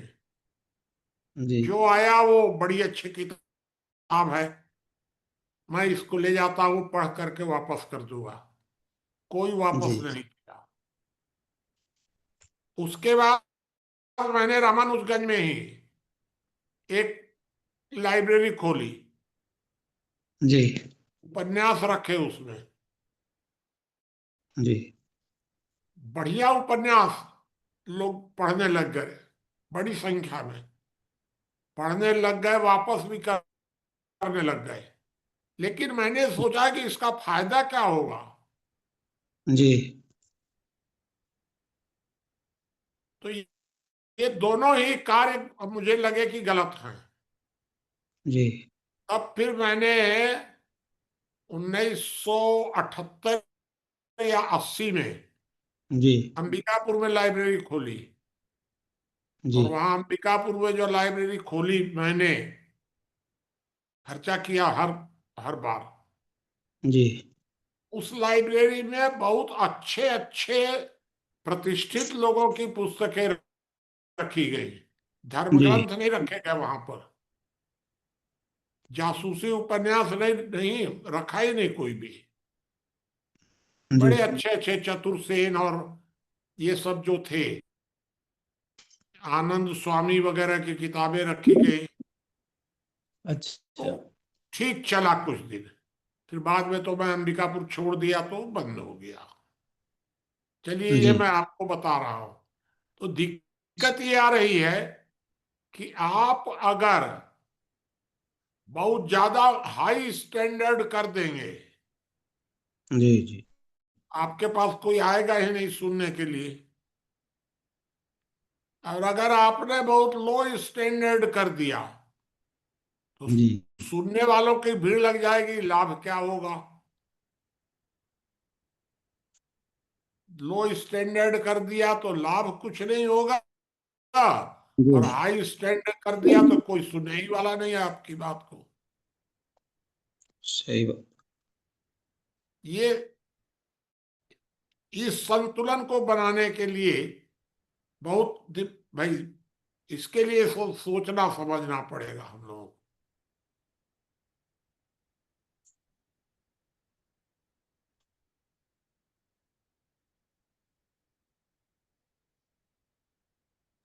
कोई चलिए, साथी और प्रश्न बताइए कुछ। किसी का प्रश्न है या बात है तो बताएं। मुनि जी ग्रामीण क्षेत्रों में भी जो समझदार व्यक्ति हैं वो वैसे चाहते हैं कि विचार मंथन बैठक होनी चाहिए, लेकिन उसमें बहुत कम रुचि लेते हैं ना लोग, कभी रही काम है मैं वहां जा रहा हूँ, ये है वो है। तो जो समझदार लोग हैं वो चाहते हैं बैठक हो। मैं बाबा ठीक है, थोड़ी बात रख रहा हूँ। हाँ बताइए। विषय पर नहीं बोलूंगी, थोड़ी सी बात करूंगा कि मेरा थोड़ा स्वभाव है उस तरह की, मैं थोड़ी चर्चा कर रहा हूं। आपने बिल्कुल ठीक बोला है। जैसे मैं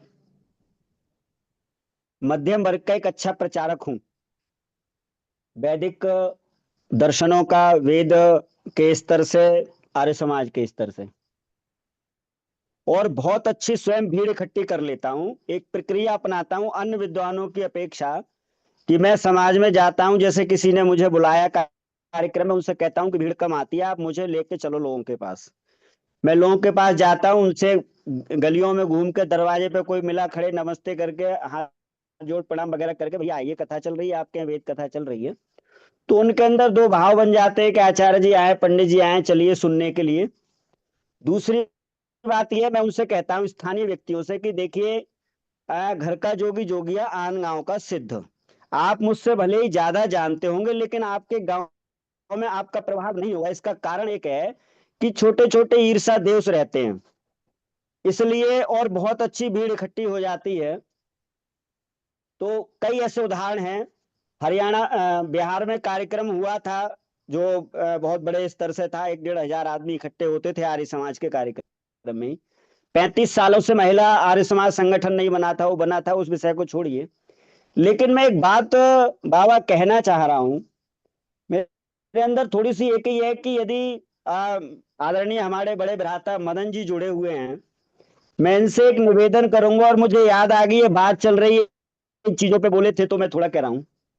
ये अपने यहाँ एक कार्यक्रम कर रहे थे, बुरा मत मानना आदरणीय जी।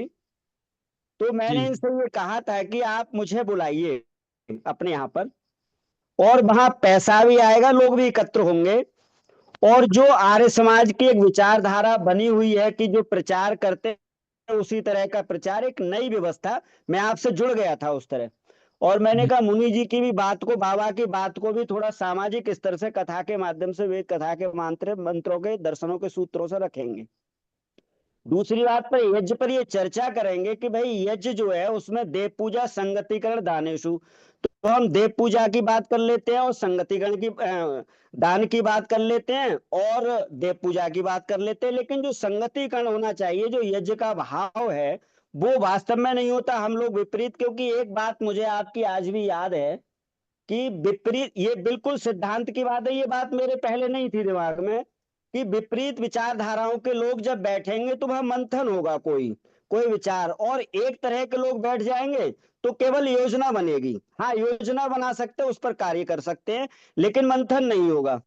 लेकिन हमारे आदरणीय भ्राता जी मदन जी हैं, और मैंने कहा पैसा की आप कोई चिंता मत करना, लेकिन आपने जब कार्यक्रम करवाया तो वो ही घिसे पिटे, मतलब अब ये कह तो रहे हैं कि हाँ वही करते हैं, उन्हीं को बुला लिया, जैसे हमारे कृष्ण मुनि जी हैं, अन्य लोग हैं, इस तरह की हैं।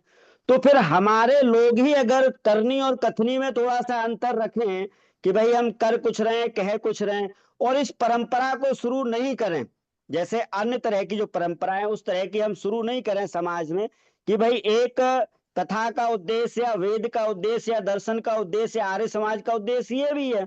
दूसरी बात यह कि ऋषि दयानंद का उद्देश्य केवल इतना ही नहीं था कि मूर्ति पूजा का ही खंडन किया जाए, तो मैं बात खुद कहता हूं, इसके साथ और भी था कि समाज को जागृत किया जाए, समाज को समझदार बनाया जाए। तो ये जो हमारे अपने बीच में भी अगर क्रियाएं प्रतिक्रियाएं नहीं होंगी, तो मैं समझता हूं जो अन्य सामाजिक लोग हैं, या अन्य तरह से व्यवस्थाएं, उनमें तो फिर थोड़ी सी अलग तरह की क्रिया प्रतिक्रिया हो जाती है। और सामाजिक व्यवस्था के लिए मैंने ब्रजेश जी यहाँ पर मौजूद एक बात कही थी, ब्रजेश जी, पिछले लगभग 1 महीने पहले, बस 1 सेकंड 2 सेकंड की बात है, कि लगभग 20 गांव के, अभी मैं जो जहां कार्यरत हूं थोड़ा सा, उसमें सफीरों में, तो वहां लगभग 20, क्योंकि उनके पास पर्याप्त धन है, उस संस्था के पास 50-60 दुकानें, 2.5-3 लाख रुपए लगभग किराया आता है। कोई योजना बना के मैं कार्यक्रम की देता हूं तो वो ना नहीं करते हैं, वहां के पदाधिकारी कहते हैं आचार्य जो आपको अच्छा लगे आप वैसा करिए, बस रिजल्ट आना चाहिए सही, और लोगों तक संदेश पहुंचे वैदिक। तो अभी मैंने जो प्रक्रिया रखी थी वो आपके स्तर से ही लोगों से प्रश्न किए थे वहां पर, और प्रश्न संवाद लिखे थे, जो मैंने लिखा भी था उसमें, पुनर्जागरण सामाजिक जो है, पुनरुत्थान, सामाजिक पुनर्जागरण उत्थान। उसमें ये प्रश्न उत्तर मैंने ब्रजेश जी से कहा था पहले, अभी तो नहीं कहा, कि जब आएंगे, लगभग 20 गांव के लोग आते हैं, और आधा घंटा, क्योंकि मन संचालन का पूरी व्यवस्था मेरे हाथ में रहती है, आधा घंटा हमारा विषय रखिए। मतलब जब मैं समय दूंगा आपके लिए, कोई भी हमारा विद्वान पहुंच सकता है, मतलब ज्ञानिक परिवार की तरफ से आपकी तरफ से संदेश जाए, मिला जुला रहे। मतलब जैसे वेद का ही कोई ले लिए, देखिए वेद हमें इधर को भी इशारा कर रहा है, तो 20 गांव तक हमारा ज्ञानीज परिवार की बात को पहुंच सकती है। 20 गांव के लोग आते हैं लगभग, और 300 से 400 लोग इकट्ठे होते हैं, महिलाएं पुरुष। तो मैं यही कह रहा हूं कि जो बात हमारी अभी जो चर्चा चल रही है, इस चर्चा का यही है कि समझदार लोग कैसे बने, या फिर उनके अंदर जो जागृति है, जो लाइन चल रही है वही लाइन चल रही है समाज एक में। बात तो बताइए, ठीक है, मैं आपकी जी बात तो समझ गया। जी आपने हमसे कहा था कि दिल्ली कार्यालय में रहूंगा मैं, और दिल्ली कार्यालय से मैं सब देखूंगा। मैंने मैं दिल्ली, गया था सुनिए बाबा, अभी तो गया था। तो, मेरी बात जी सुनिए। जी दिल्ली कार्यालय में रहूंगा मैं, वहां से सारा संचालित करूंगा। मैंने दिल्ली कार्यालय खोल दिया आपके कहने के जी बाद, और दिल्ली कार्यालय शुरू हो गया, खर्चा भी हम लोगों के ऊपर दिल्ली का बढ़ गया। दिल्ली कार्यालय पर खर्चा 60-70 हजार रुपये महीने का आ रहा है, जी और आप छोड़ दिए दिल्ली कार्यालय पूरा का पूरा। तो अब ये बताइए, ब्रजेश जी से आपकी पटेगी ही नहीं, बहादुर सिंह जी से पटेगी ही नहीं, नरेंद्र जी से पटेगी ही नहीं, अपना ज्ञानेंद्र जी का भी वही स्थिति है। सबसे सबके प्रति आपकी शिकायत है, तो हम क्या करें इसमें? हमारी हमारी मजबूरी हो जा रही है एकदम। या तो फिर हम लोग सब लोगों को निकाल दें और एक आप रह जाएं अकेले, नए सिरे से शुरू करें जैसे जो स्थिति है। और अन्यथा जैसे सब लोग चला रहे हैं, सब लोग चला रहे हैं, और कोई उपाय हमारे पास नहीं है। आप स्वयं विचार करिए कि आपकी बात ब्रजेश जी क्यों नहीं समझ पा रहे हैं, बहादुर सिंह जी और नरेंद्र जी क्यों नहीं समझ पा रहे हैं। क्या उपाय है इसका? मैं वैसे बात बाबा कहना तो नहीं चाह रहा था, लेकिन इसलिए कह देता हूँ। इसलिए मेरी जो स्थिति पैदा हुई कि सब लोगों ने मान लिया कि मुनि जी सुनील देव जी को बहुत ज्यादा छूट दे रहे हैं, कुछ कुछ भी बोलने की, किसी भी बात पर। अभी अभी आपने 8 दिन पहले अनावश्यक बहस छेड़ दी, नरेंद्र जी को क्यों मुख्य रखा गया, उसमें तो पंकज को रखना चाहिए था। एक बार आपने सुझाव नहीं दिया, बहस छेड़ दी। ये कोई बहस छेड़ने का विषय था क्या वहां पर? बताइए, आप कुछ कहना चाह रहे थे तो जी शॉर्ट में। अब ज्यादा देर हम लोग बैठेंगे भी जी नहीं, 2 मिनट का समय चाहिए मुझे, 39 मिनट। 2 मिनट का समय। हाँ, जब मीटिंग चल रही थी, तो आपके अनुसार ही नियम क्या होना चाहिए? एक सामाजिक बात बना ली जाए, भाई हम एक निर्णय चुन लेंगे, जो बात आपने बात को कही थी किसी अध्यक्ष को, एक मुझे मेरा किसी से विवाद नहीं।